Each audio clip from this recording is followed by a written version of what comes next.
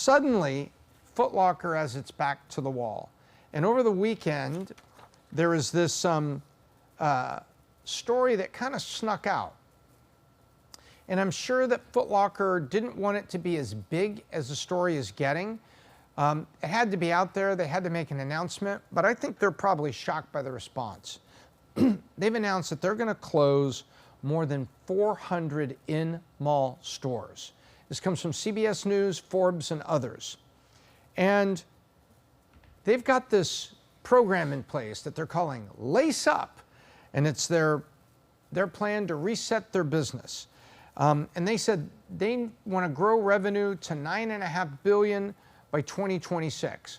So from now to 2026, which is about 3 years they've got on this plan, that's what they say they're going to do. And they said the sneakerhead mindset is on the rise. Wait a minute, where the hell have you been? I could never let my CEO make such a statement in public. This is a time that they need to rally their troops and say, you know what? We were in the malls. Moms and dads and people came in for sneakers in the malls, and our stores were uniform. Meanwhile, people were collecting Air Jordans. Resale markets jumped up. We weren't there. People were buying more and more online. We weren't there. We didn't believe people would buy online. You go back and you take a look at quotes from Foot Locker executives going back between now and 7 years ago, and you have people that were in denial about what was happening online apparel. You got to try them on. You got to feel them. Really? There's an awful lot of online sneaker sales going on for this to be impossible to get a satisfactory purchase online. Guess what? Well, it's all come home for Foot Locker.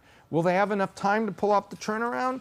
Don't know. But they're talking about, well, you know, we're going to have different stores. We're going to have little pop-up stores. And we're going to treat the store in Compton that's heavy on all the basketball shoes, treat it differently from this store that's over here in Macon, Georgia, and this store that's here in Indianapolis, and a store that's in Dallas-Fort Worth, and stores that are catering more to kids and those cute little sneakers that kids wear. And we're going to do all that. To which the question that I have is, where have you been? Where have you been? And for those of you that run in your own businesses, you may not have the ability like Foot Locker does to maybe go get a bond or a big debt issuance or use significant profits to go do this. We're talking about a multi-billion-dollar organization here. You're talking about huge that has come to the party in so many of these trends late. They were late to the party on everything. So for them to say, oh, we're online, we sell online, yeah, but you're late. Other people got out in front of you. Oh, we're going to do things with the collector, and we're going to have stores that cater to that. You're late. And it just goes to show, if you're late to the party and you're big enough, maybe you can survive.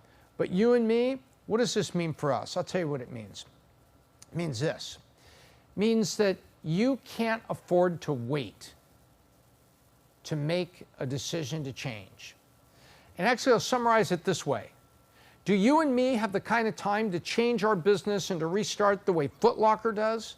Are we multi-billion-dollar companies that can put together some cash to close 400 stores, reopen them in different formats because we were late to so many industry trends? No, we don't have that.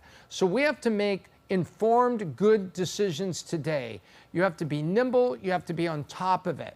Once upon a time, Microsoft said, I don't think the internet's going to amount to anything. Yes, they did. Meanwhile, they were trying to sell Encarta, which was a dictionary on a DVD that had an enormous amount of information in it, but it was hardly the internet. It was groundbreaking for a moment, but then suddenly you could get anything anywhere on the internet. So do you and I have this kind of time? We don't. So we have to make objective, fast decisions today. And people have asked me, well, what do I do about that? Simple. This world is about product and distribution. What product is out there, and do the people want it, and your distribution? In the old days, you could say, well, I make these kind of products, and I want to protect my retailers. I ship to retailers. Meanwhile, big box retailers are going under. What if you were a key supplier to Bed Bath & Beyond, and you're selling cookware or whatever it is, towels, whatever where they were selling, and you're selling them through Bed Bath & Beyond, and they implode? Now what? What if you hadn't been innovative on distribution? In this world, you got to be innovative on product and innovative on distribution, both. And it's so many times they'll say is, if you're selling direct, we won't like that. Yeah, meanwhile, Bed Bath & Beyond's going out of business. Yeah, right. So if you follow too closely, you're going to go right off the cliff with them.